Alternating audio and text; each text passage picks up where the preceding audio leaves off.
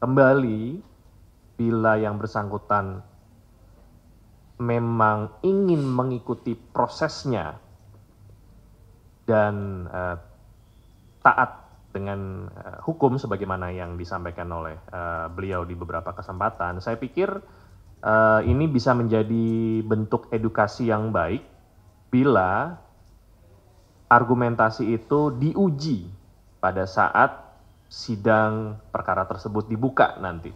Kan jurnalis yang saya hormati, pada sore hari ini Komisi Pemberantasan Korupsi akan menyampaikan rilis terkait kegiatan penggeledahan dan penyitaan untuk dugaan tindak pidana korupsi investasi PT Taspen Persero tahun anggaran 2019. Pada tanggal 25 Februari tahun 2025, KPK melakukan tindakan penyidikan berupa penggeledahan terhadap safe deposit box milik tersangka ANSK di sebuah bank swasta nasional. Rangkaian kegiatan penyidikan tersebut terkait dengan penanganan perkara dugaan tindak pidana korupsi kegiatan investasi PT Taspen Persero tahun anggaran 2019.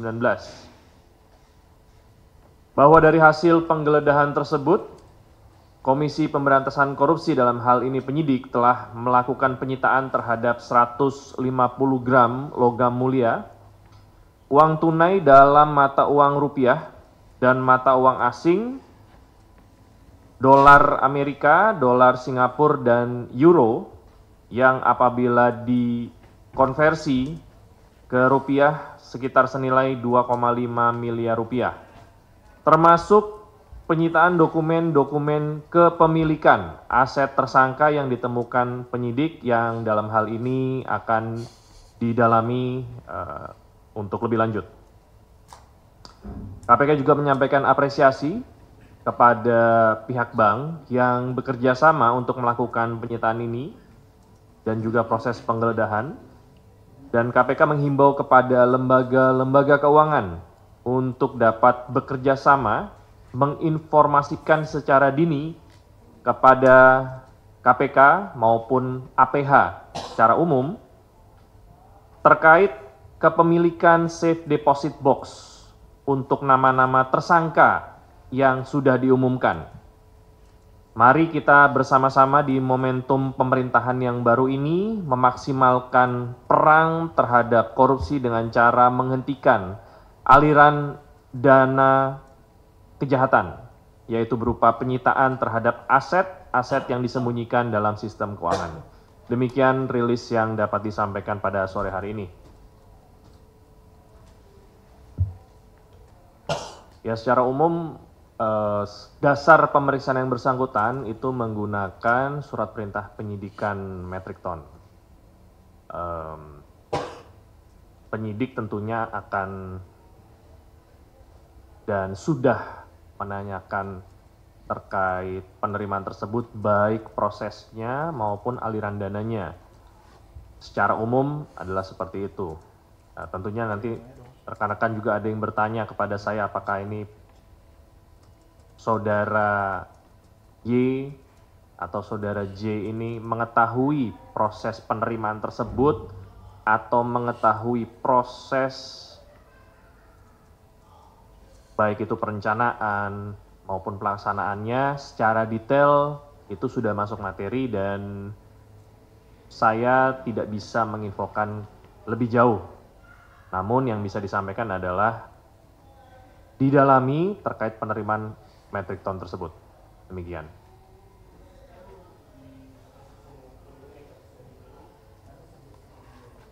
Ya.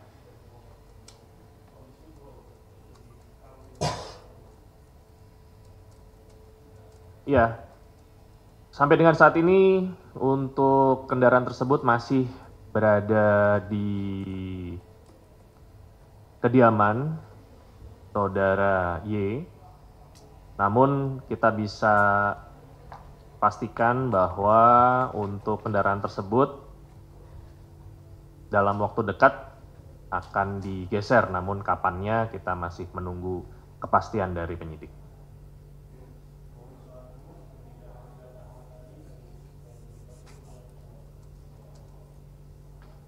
Baik, Saudara AA itu memberikan konfirmasi kepada penyidik tidak hadir dalam pemeriksaan hari ini dikarenakan ada jadwal kegiatan yang sudah direncanakan sebelumnya yang tidak bisa ditinggalkan, namun yang bersangkutan dan sudah disepakati dengan penyidik akan hadir pada tanggal 6 Maret 2025.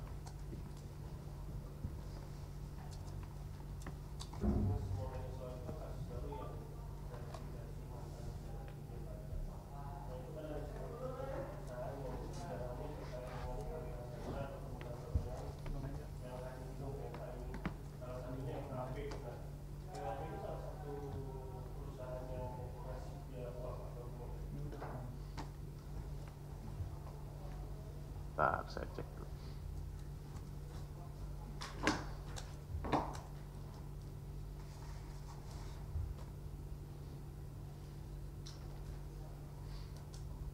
Perusahaannya atas nama?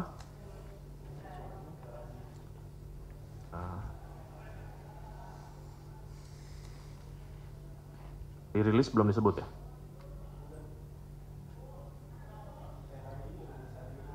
Oh, rilis hari ini. Oke, sebentar.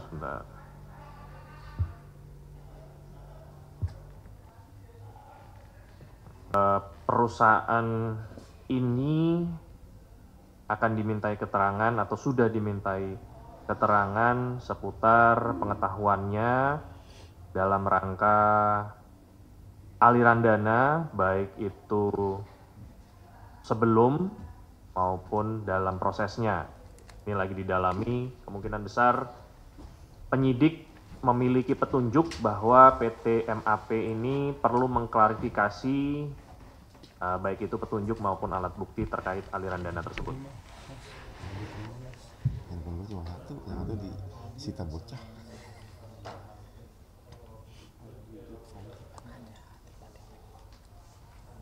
Ya, belum, informasi itu belum bisa disampaikan saat ini.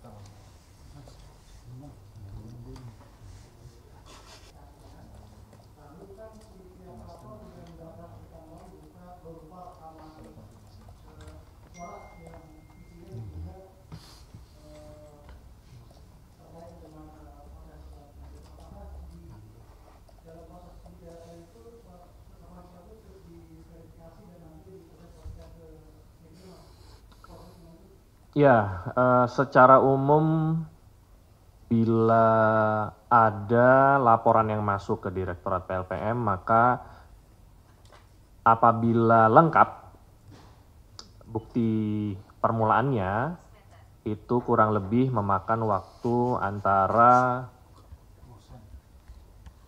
1,5 sampai 2 bulan untuk proses baik itu verifikasi, penelahan, sampai dengan pengumpulan bahan keterangan atau yang jamak kita sebut full bucket. Oke. Selanjutnya, apabila ada dokumen-dokumen yang diperlukan dalam hal ini, penelaah mengetahui ini bisa masuk ditangani oleh KPK. Ini adalah tindak pidana korupsi dan bisa ditangani oleh KPK, namun bukti permulaan cukupnya masih kurang, maka akan dimintakan kepada pelapor untuk bisa dilengkapi lagi, dan itu waktunya bisa bertambah lama lagi. Berapa lama waktunya tentunya nanti akan menjadi dibebankan kepada pelapor. Dalam hal ini, seberapa cepat dia bisa memenuhi hal-hal atau apa-apa saja yang dibutuhkan, yang disampaikan oleh tim penelaah tersebut.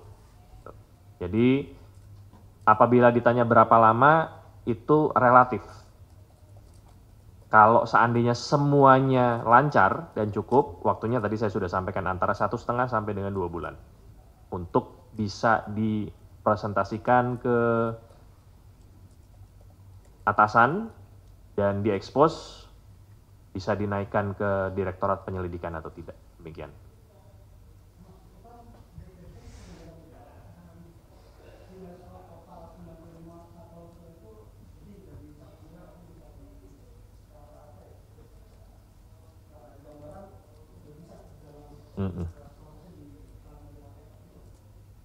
Ya, itu nanti akan menjadi domainnya penelaah nanti.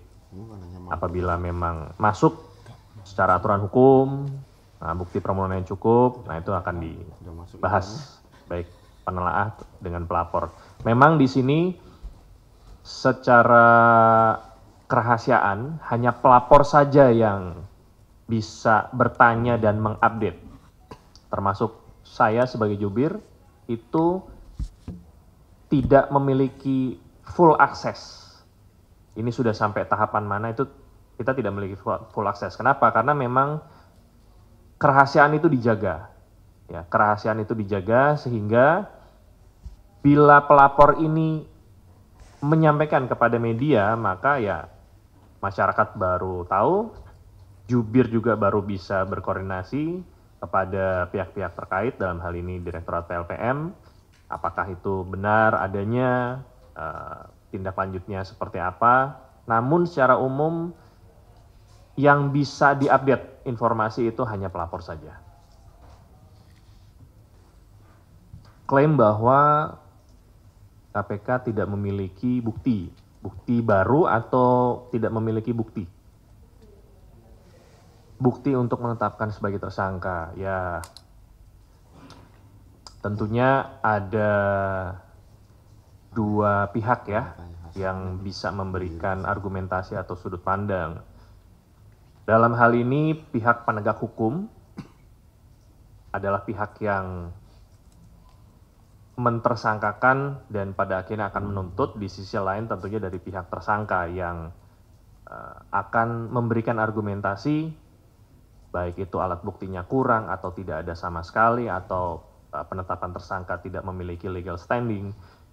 Saya pikir itu hal yang wajar dalam hal ini pihak saudara HK untuk menyampaikan hal tersebut.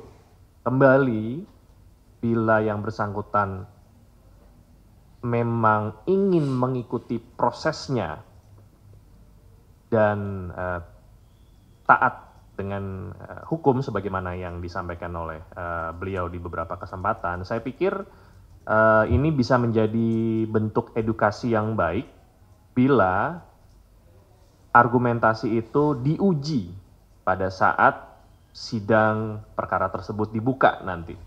Nah, pada saat itu nanti baru saudara HK bisa menyampaikan kepada hakim atau majelis hakim dalam hal ini, apakah bukti tersebut ada atau tidak cukup. Dan saya pikir itu merupakan arena yang tepat untuk mengatakan ada atau tidak. Kalau saat ini ditanyakan, tentunya penegak hukum dalam hal ini penyidik pasti akan menyampaikan ada buktinya untuk mentersangkakan saudara HK. Ya.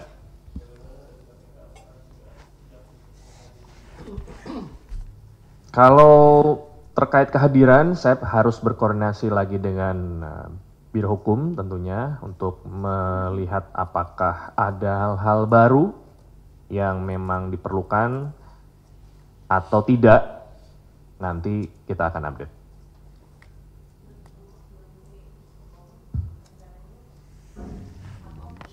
Ya. Ya, nanti pasti penyidik akan melakukan penahanan pada waktunya bila memang dianggap penahanan tersebut sudah menjadi hal yang harus dilakukan. Ya. Tentunya saat ini penyidik masih melakukan pemeriksaan terhadap saksi-saksi maupun pengumpulan alat bukti untuk memperkuat sangkaan yang ada. Itu menjadi kewenangan penyidik dan kita tunggu saja kapan waktunya. Boleh?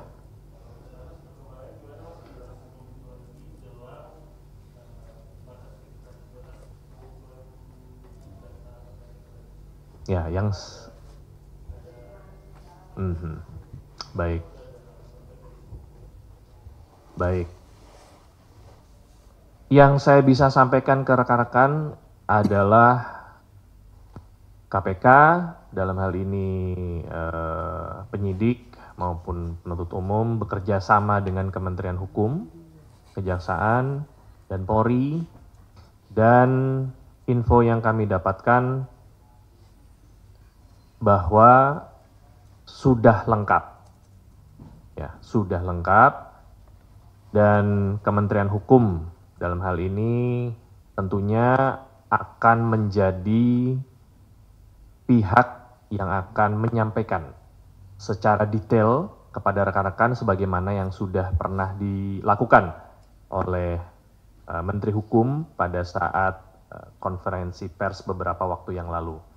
Jadi update detailnya nanti kita akan serahkan kepada Kementerian Hukum.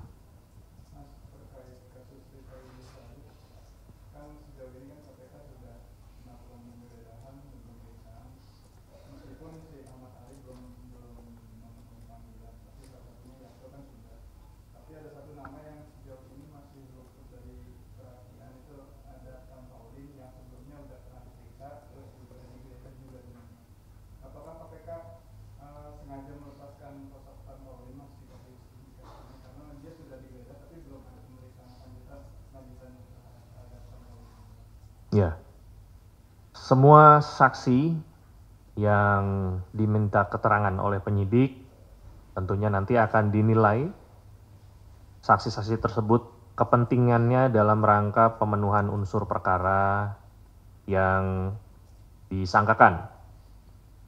Apa dan kapan saksi itu dimintakan keterangan itu tentunya hanya penyidik yang tahu. Saya pikir bila memang saksi tersebut dibutuhkan dan memang tanpa keterangan saksi tersebut maka perkara ini tidak bisa dilimpahkan, maka saksi tersebut akan dipanggil. Apakah itu segera, apakah itu nanti, yang paham itu adalah penyidik. Timeline-nya sudah dibuat. Sebagai informasi rekan-rekan, kembali saya ingatkan bahwa penyidik juga menangani beberapa perkara sehingga membutuhkan waktu untuk bisa mengatur kapan saksi itu bisa dipanggil atau tidak. Kalau tidak salah, apakah nama yang disebut itu sudah pernah dipanggil sebelumnya?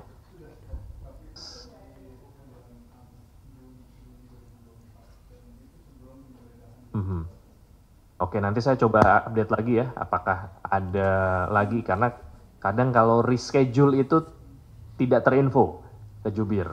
Nanti saya akan coba cek apakah memang untuk nama tersebut ada reschedulean dan memang sudah dilakukan pemeriksaan.